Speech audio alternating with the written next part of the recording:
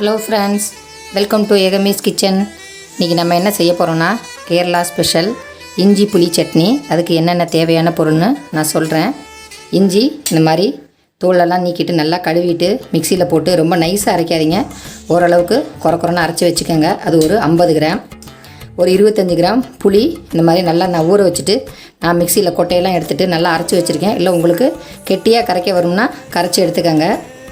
கொஞ்சோண்டு வெல்லம், 2 ஸ்பூனு மிளகாய்த்தூள், 2 டேபிள் ஸ்பூனு நல்லெண்ணெய், தேவையான அளவு உப்பு.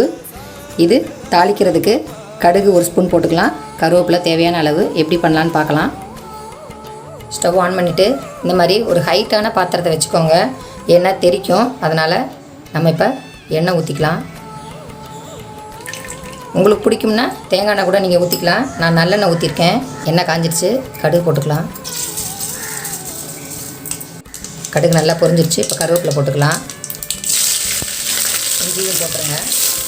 இஞ்சி போட்டு வதக்கணுன்னே நம்ம புளி நல்லா வதக்கிக்குவோம். இந்த பாருங்கள் நல்லா வதங்கிடுச்சு. இப்போ புளியை ஊற்றிக்கலாம்.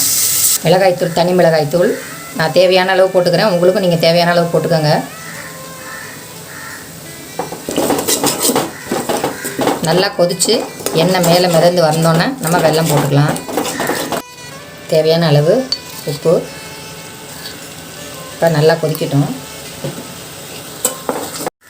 இப்போ நம்ம எண்ணெய் பாருங்கள் மேலே மிதந்து வந்துருச்சு. வெல்லம் போடுறேன். தேவையான அளவு போட்டுக்கோங்க. சிம்மிலே வச்சு வேக விடுங்க. இந்த பாருங்கள் எண்ணெய் மேலே மிதந்து வந்துருச்சு. நம்ம இப்போது ஆஃப் பண்ணிடலாம். நல்லா கெட்டி ஆயிடுச்சு. சூப்பராக கம்மங்குது வாசனை. இப்போ நம்ம ஒரு பவுலில் ட்ரான்ஸ்ஃபர் பண்ணிக்கலாம். இஞ்சி புளி சட்னி நமக்கு ரெடி ஆகிடுச்சு. சாதம், இட்லி, தோசை எல்லாத்துக்கும் ரொம்ப சூப்பராகவே இருக்கும். சீக்கிரம் ஜீரணம் ஆகிடும். கண்டிப்பாக எல்லோரும் வீட்டில் ட்ரை பண்ணி பாருங்கள். தேங்க்யூ.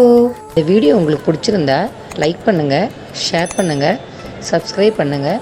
கூடவே இருக்கிற பெல் ஐகானை கிளிக் பண்ணிடுங்க.